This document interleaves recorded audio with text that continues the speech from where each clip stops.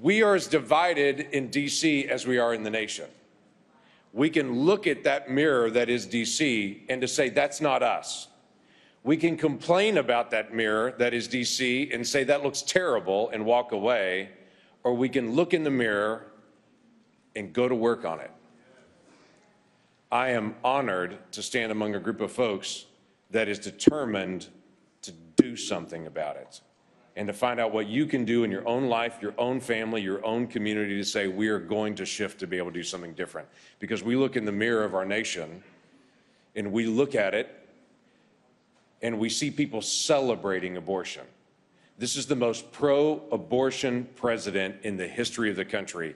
He's turned VA clinics into abortion clinics. In my state, he's literally taken away the federal funding for AIDS testing and cancer screening in my state because my state won't put out a 1-800 number to every person in the state of where they can get an abortion.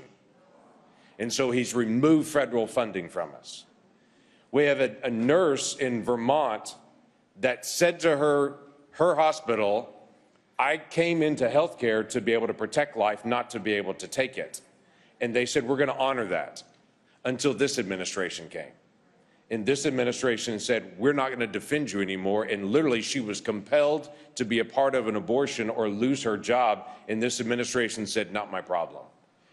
Other than the fact it's federal law that she has conscience protections, but this administration said, we're just not going to guard this.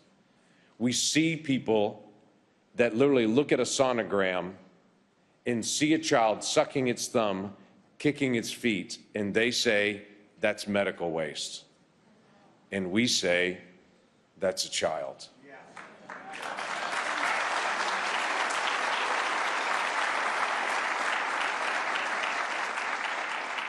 One vote's not going to fix that. It's a culture that we're going to have to change.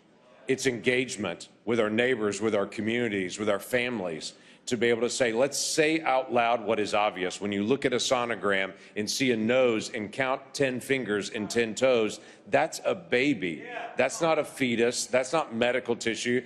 That child has different DNA than every other person on the planet. It has different DNA than the mom or the dad. Every single cell in the mom's body has the exact same DNA from the toes to the nose, except those cells. Because what's different about those cells? Because it's a different person that's there. So we should speak the obvious to people that need to hear the obvious in love. We should speak